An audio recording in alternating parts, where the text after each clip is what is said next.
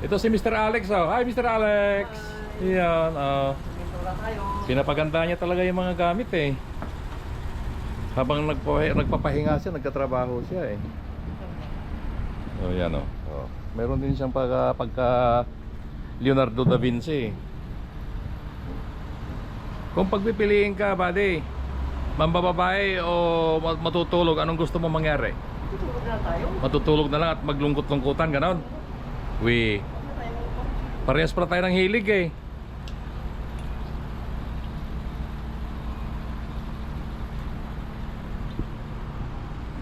Tutulog na dali sa diban.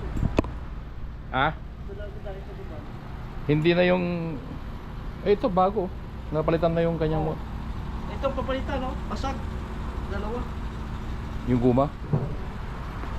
Hindi ko lang nakagawan din eh. Testingan ko ito.